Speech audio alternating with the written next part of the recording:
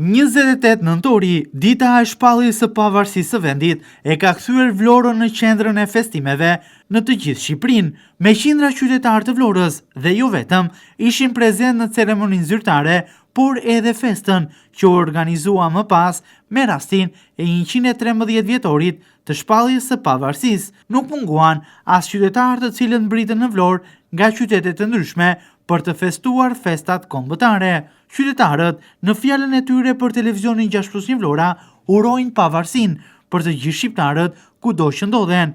Thonë se këtë 28 nëntor ndihen të emocionuar dhe mbi të gjitha krenar që janë shqiptar.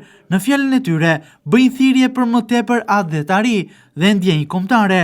Japin mesazhe që çdo ditë të vitit duhet të jemi adhetar, të duam dhe të mbrojmë adheun. Kemi kënaqësi se jo vetëm që kemi vendin tonë, po është edhe diçka e bukur. Çdo 28 nëntor besoj gjejmë këtu në sheshin tonë. Fatkeqësisht jo, po këtë herë kemi bërë një sakrificë, kemi ardhur. Si duket atmosfera? Mirë, shumë bukur, me këtë bandën shumë bukur. Një mesazh? Mesazh të duam vendin tonë, ta respektojmë njëri tjetrin, pastrojmë plerat rrugës, ta shprehim patriotizmin me vepra, jo vetëm me postime Facebooku apo media sociale. Po gëzuar festën e 28 nëntorit pavarësisë. Si ndjes? Ka ashtu shumë mirë ndjem në Vlonjate. Jetoni në Vlorë apo në qytet? Në Vlorë, pothuajse, në Vlorë kam besë shumë e mirë atmosfera. Edhe për kohën që është edhe një çik kjo koha kështu. Kjo është festa e pavarësisë. Kur Ismail Kemali merrti flamurin në Vlorë.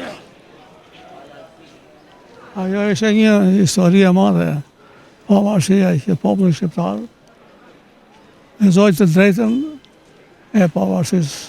Edhe kur tha dhe Ismail Kemali, dhe gjatë pjesës që i bënte, unë tha, kanë marrë për marrë trojat e mia.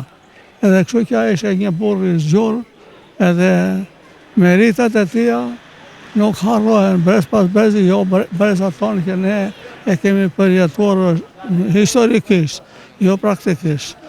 Kështu që gëzuar festën edhe e paruar të jetë gjithmonë deri tija. Ceremonia zyrtare, por edhe ajo festive më pas, u ndoq nga një pjesëmarrje e konsiderueshme e qytetarëve të Vlorës, por edhe të mbëriturve nga rrethet. Gjithashtu, kushtet atmosferike, paraditjen e kësaj të premteje, tepër të qëndrueshme, favorizuan që pjesëmarrja në sheshin e flamurit të ishte e lartë në numër, ndoshta edhe më lartë se një vit më parë.